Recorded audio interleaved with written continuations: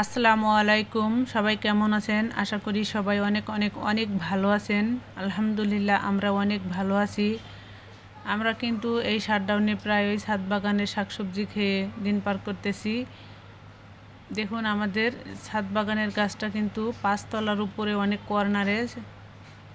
সজনাগুলো পারতে কিন্তু একটু ভয়ই লাগে, কষ্ট হয়, তবুও আমরা এভাবে সজনাগুলো পেরে খেয়ে থাকি। আপনার ভাইয়া কিন্তু আজকে সজনাগুলো উঠাইতেছে।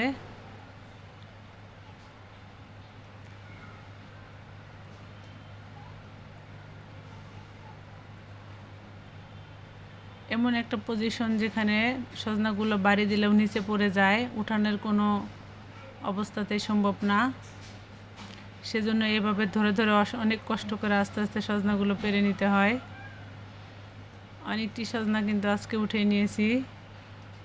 আজকে কিন্তু আমরা সজনে দিয়ে ডাল রান্না করব। সজনাগুলোকে খুব ভালো করে কেটে নিয়েছি। এখন মসুরের ডালটা ভালো করে ধুয়ে দিয়ে নিচ্ছি।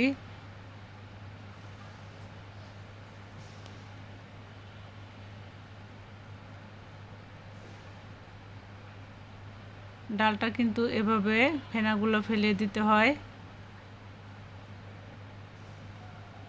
আমি কিন্তু খুব ভালো করে ফেনাগুলো ওঠানোর চেষ্টা করতেছি।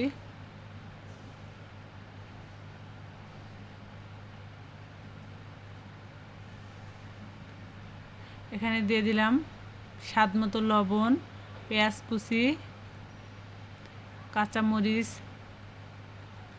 ডালটা যখন মিডিয়াম সিদ্ধ হয়ে এসেছে তখন দিয়ে দিলাম সজনাগুলো। সজনাগুলো দিয়ে কিন্তু খুব বেশি করে জাল করে নিতে হয় না। এই সজনাগুলো এতটাই ভালো যে খুব তাড়াতাড়ি সিদ্ধ হয়ে যায়। সজনাটা সিদ্ধ হয়েছে, আমি কিন্তু হলুদটা দিয়ে খুব তাড়াতাড়ি নামিয়ে নেব। হলুদ দিয়ে কিন্তু খুব বেশিক্ষণ জাল করব না, এতে করে হলুদের কালারটা নষ্ট হয়ে যায়।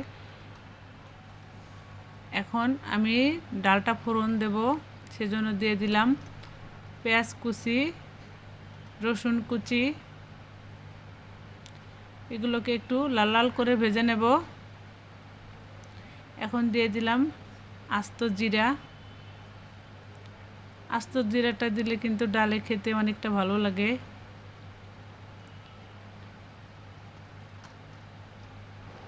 এখন কিন্তু আমি ডালটা ছেড়ে দিলাম। ডালটা ছেড়ে দিয়ে কিন্তু আমি খুব বেশিক্ষণ রান্না করব না। আমি এখন ডালটা কিন্তু চুলাটা বন্ধ করে দেব, কারণ এই তেলানিটা দেওয়ার পর আপনারা যদি বেশিক্ষণ ডালটা রান্না করেন তাহলে তেলানির যে একটা ঘ্রাণ আছে, ঘ্রাণটা কিন্তু চলে যায়। আর দেখুন কালারটাও কত সুন্দর হয়েছে। আপনারা ডাল রান্না করলে তেলানি দেওয়ার আগ দিয়ে ডালে হলুদ দেবেন, তাহলে কালারটা সুন্দর হবে।